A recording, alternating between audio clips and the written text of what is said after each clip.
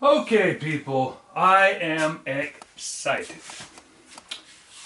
I'm here to tell you that in my opinion, my initial assessment of the fart blossom is that it is absolutely unqualified success. Oh, and understand that unqualified success means it's good, okay?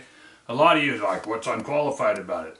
A qualified success means, well, okay, I got the recoil tamed down, but the shooting group's this big around. Or pick anything. That means I'm qualified. I'm saying this freaking thing rocks. I believe that we have achieved a success such that I'll never again, I mean, the fart is the fart is the fart, and it's going to be up and it's going to work, and it's going to be for sale, and it's on the Lapua case, and I point this way because subconsciously I'm just an excited redneck standing here gesturing toward the cool mud hole over there and the cool big buck we saw over there. The fart is sitting right over here in a vise, and it's working fine too, by the way.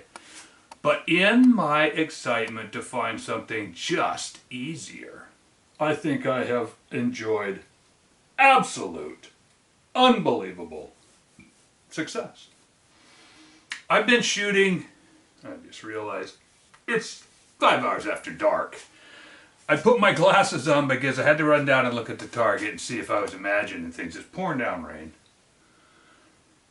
My lab radar, I've heard when I read the lab radar instructions, it talks about glint and picking up glint and belly button lint, and evidently it does read off of glint from sunlight. That's all I can say is I've put 40 rounds through this thing tonight and another 6 or 8 or 10 through the fart the other night, because I'm out here at midnight. I mean, it's not quite midnight, but it's long after dark today.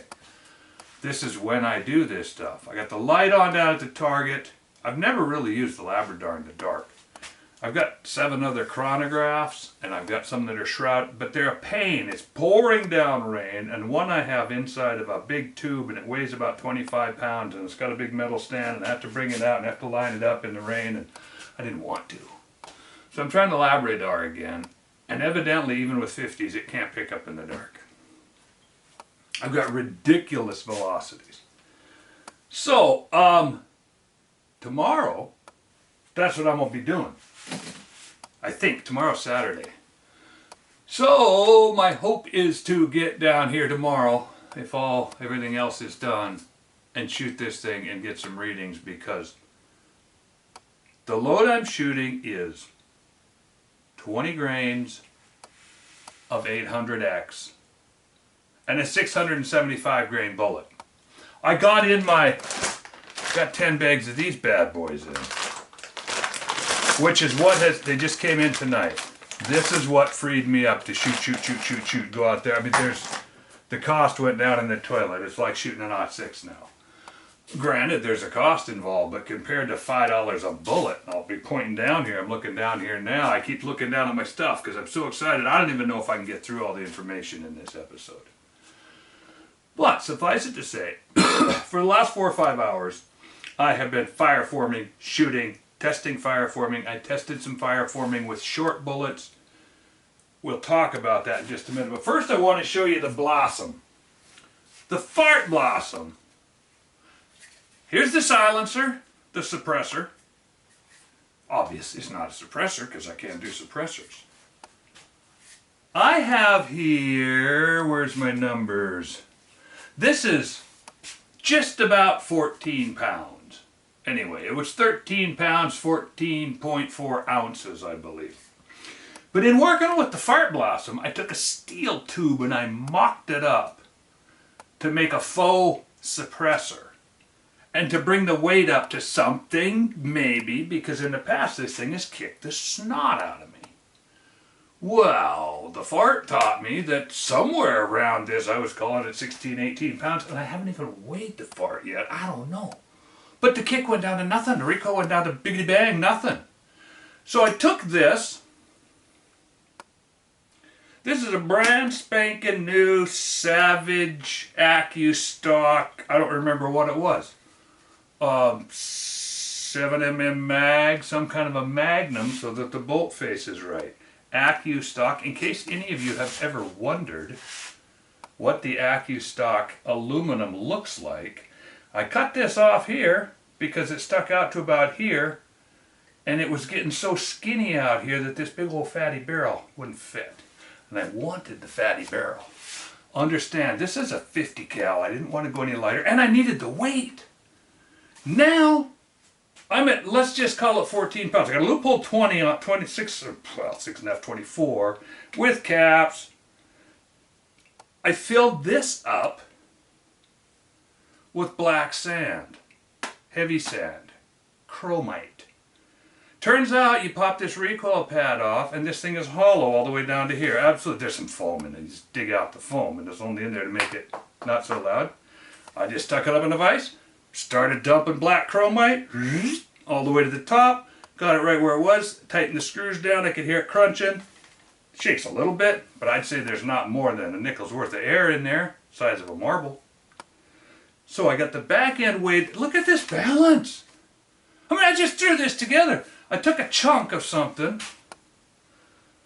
and I don't know why it's shaped like this. I don't remember. I was making a bearing or something. I bored it out. Ooh, sharp.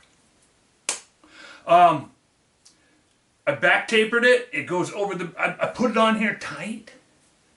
I didn't glue it or anything, though. I just put it on tight. I filled this with sand. I whacked off the stock, and as you can see, this is this extended out about this far. It is a T-section.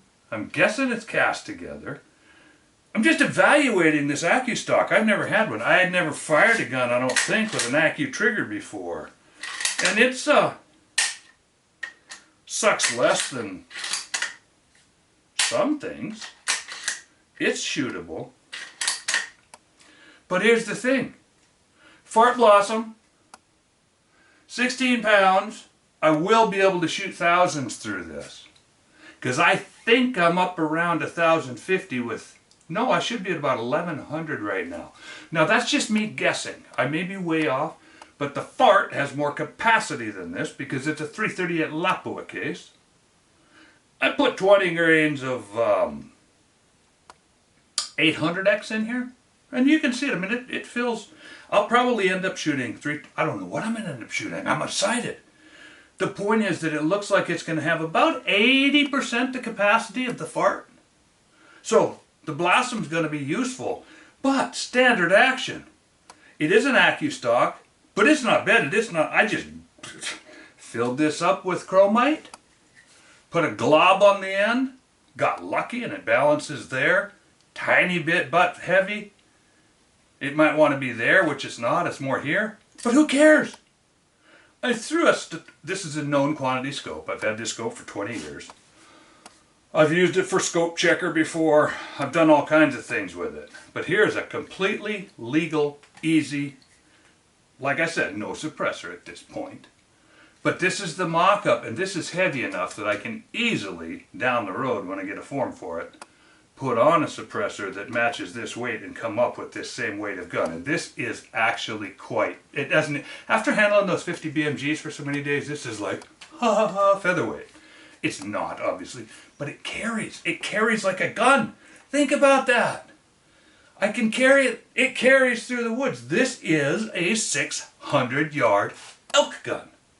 Now somebody asked me just a couple of days ago, what's cool about a suppressed, silenced elk gun?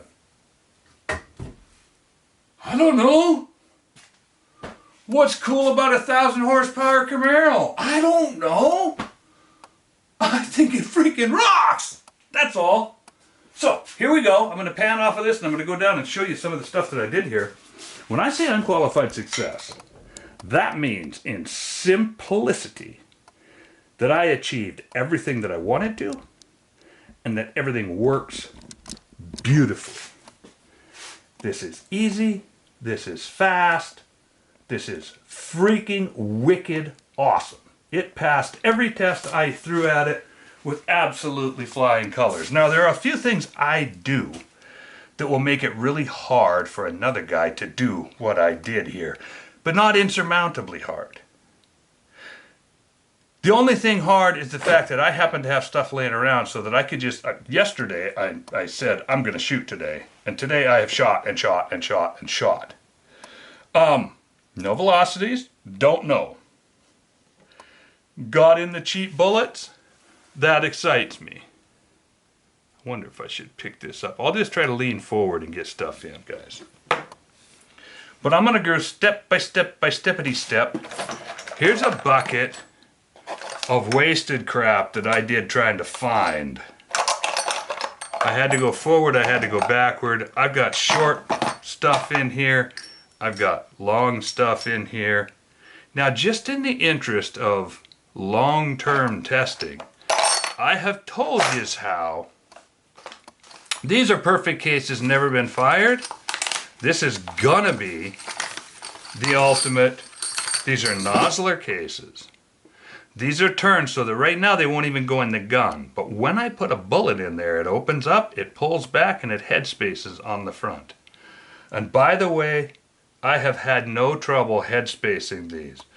I won't go through and bore you with, but suffice it to say that if I put either of these two bullets or this, whatever it is, capital cartridge, I believe they're 645 grain pulled bullets.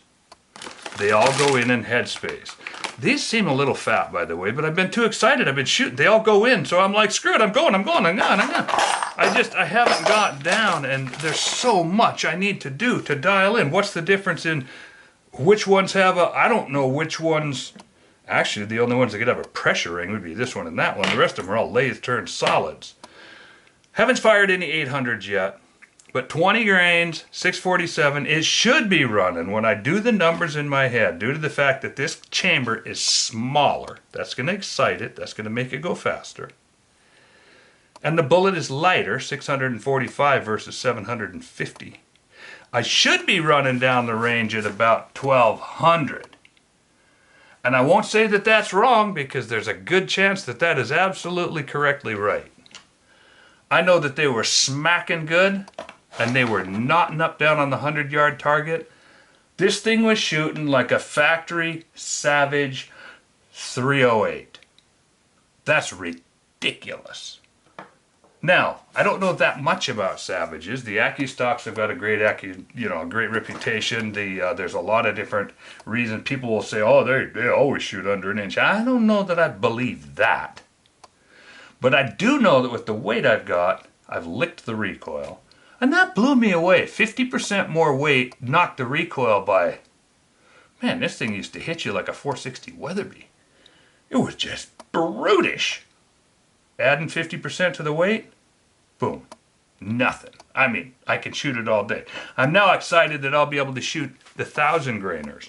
And on that note, head spacing this was hard because I've got, these are just a portion of the bullets that I intend to shoot in this thing. I've got 7 more bullets. But this is the big 1002 grainer. And this one is head spaced. All that ugly monkey on there means that this is head spaced. This is head spaced. What I mean is not head spaced. The seating depth is set. Okay? This one, the seating depth is set, and they all look different because this one's got a long bubbly ogive. This thing's probably got a BC of about 800 maybe. This one's got a BC of around 1. This one's got a guessed at BC. This 1002 grainer, they guessed it at 1.16, and that's probably a pretty righteous guess. If I can get this 1.16 BC up to 1050, which I know now I can do, and it's going to start bucking just a little. It's going to be harder to shoot, but it's going to be miles away from the way I've been slapping myself around with those BMGs. So let's just say the recoil is handled. This can, because a suppressor doesn't take off much recoil, and there's the thing that this taught me. I mean, I knew this, but I knew this basically in my head, not my heart. I knew that it didn't have enough gas to mitigate recoil. But it proved it when I put it together and put a huge muzzle brake on it. Didn't do squat. So here we go. I got a bunch of cases made up that are ready to, when I go to fire this thing for effect, these are ready to go. They headspace on the mouth of the case, and I'll seat the bullets to length. But in the meantime, because I've constantly got many different tests going, here's what I did. I'm going to lay these all side by side so that you can see them. I think this is really cool. I think it's interesting.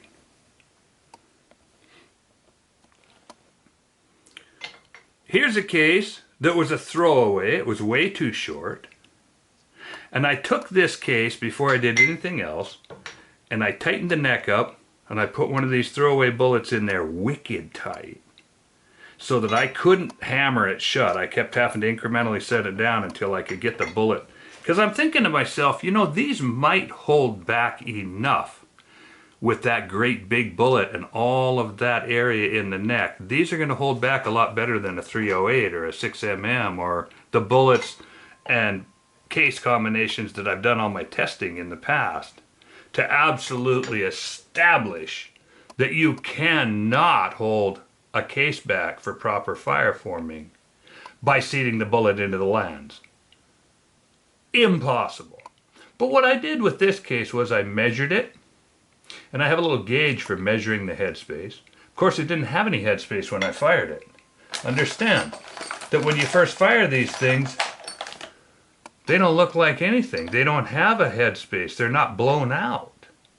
They're just parallel. All I did, this is a 404 Jeffrey that I decided I need more case capacity, so it was basically junk. That's a 404 Jeffrey. These are cases that I turned, headed down the merry path to use up some 404 Jeffrey cases because I had them and I had paid money for them, and I thought, well, come to find out I didn't like the capacity. They're way shorter than a full-out, blown-out RUM case.